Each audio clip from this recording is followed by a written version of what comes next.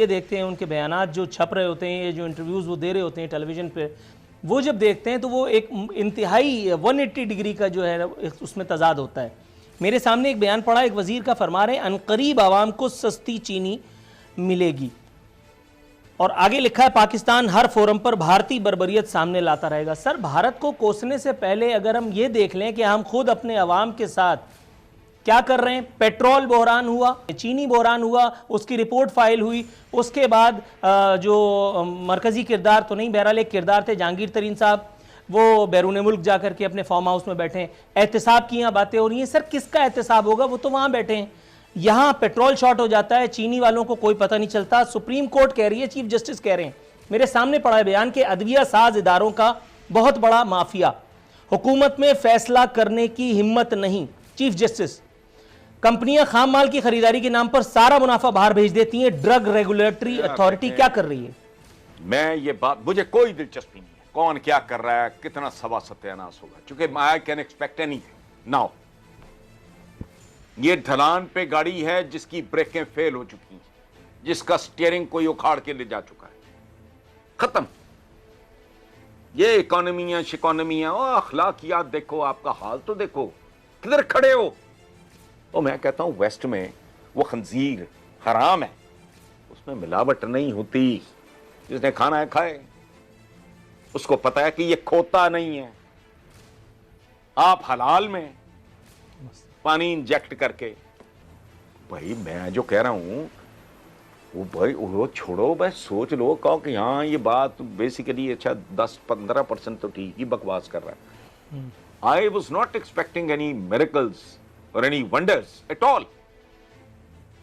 इतनी common sense थी, मुझे पता था कि यार इट टेक टाइम। जब मुझे ये समझ आई कि इधर तो किसी को पता ही कुछ नहीं, मैं कसमन आपको कह रहा हूं कि मेरा ये यकीन था, यकीन मुबालगा ना हो जाए, वरना आप समझो मेरा सियासी ईमान जो था ना वो की हद तक था कि ये पीटीआई के प्रोफेशनल्स, टेक्नोक्रेट्स, ये वो लोग बैठे होंगे, भले कोई 4 कनाडा में बैठे हों, कुछ 6 यूएस में 10 बैठे हों, कोई इंग्लैंड में, पूरी दुनिया में एक फॉलोइंग है बंदे की, वो लोग बैठ के कर रहे होंगे यार एग्रीकल्चर इस मुल्क की, उसके साथ क्या करना है।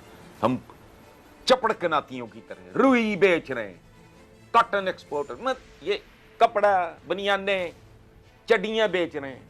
वो जमाना देखो किधर जा रहा है, कोई इंजीनियरिंग गुड्स की तरफ आओ।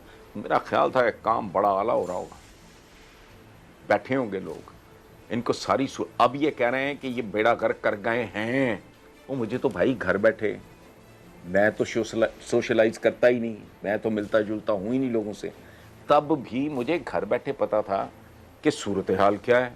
आपको भी पता होगी, अखबारें भरी होती थी, क्या कर गई है नून लीग, क्या कर गए हैं पीपल्स पार्टी वाले, तो उसमें कौन, तो मुझे अंदाजा था कि इनको तो बिल्कुल पता होगा, और पता होगा तो कल जाके इससे निपटना कैसे, उसकी तैयारी भी हो रही होगी।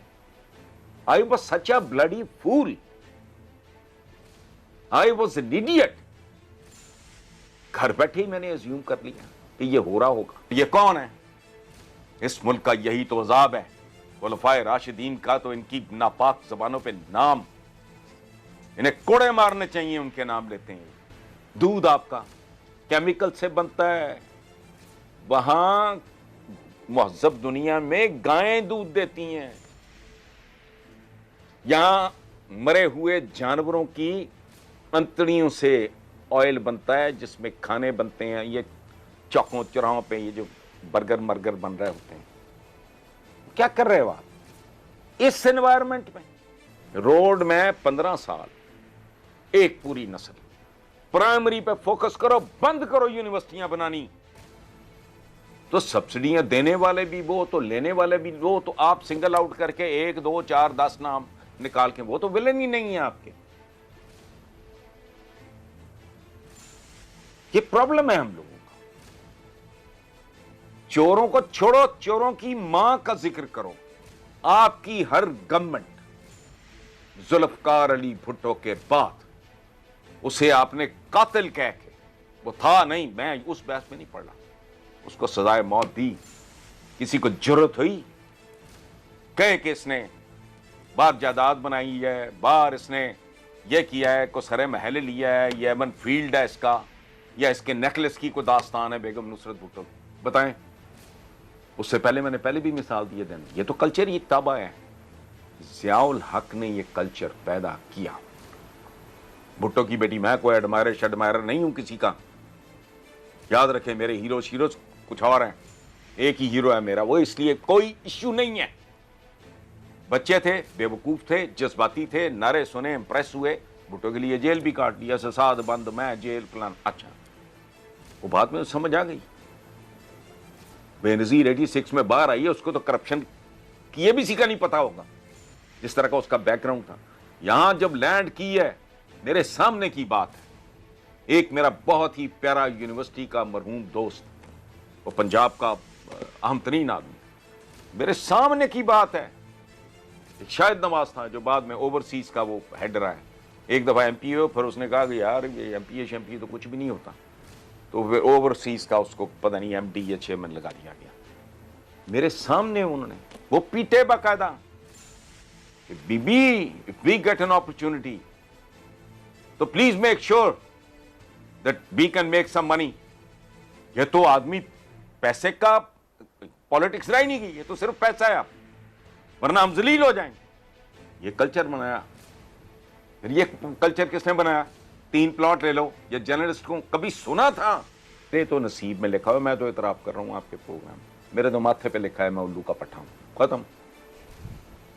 मैं तो बेवकूफ बनता ही आया हूं। लोग कहते हैं मायूसी फैलाना, वही मायूसी फैलाना, मेरे जैसा तो अहमक उम्मीद परस्त था ही कोई नहीं, जिसने थर्ड फोर्स के ख्वाब देखे। कोई था बंदा इस मुल्क में, कोई एक आदमी है जिसने सैकड़ों कॉलम लिखे हो पीटीआई के बनने से पहले?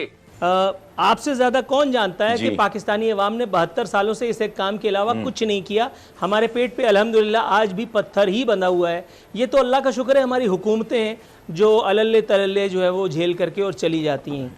दूसरी बात, आपने कहा कि एक और नस्ल जो है वो हम उसकी कुर्बानी नहीं, सर 15 साल के बाद अगर हसन निसार साहब को अपने इस आइडिया पर तासुफ का इजहार करना पड़े तो मैं तो नहीं होऊंगा, मेरा ख्याल है। एक और नस्ल गई।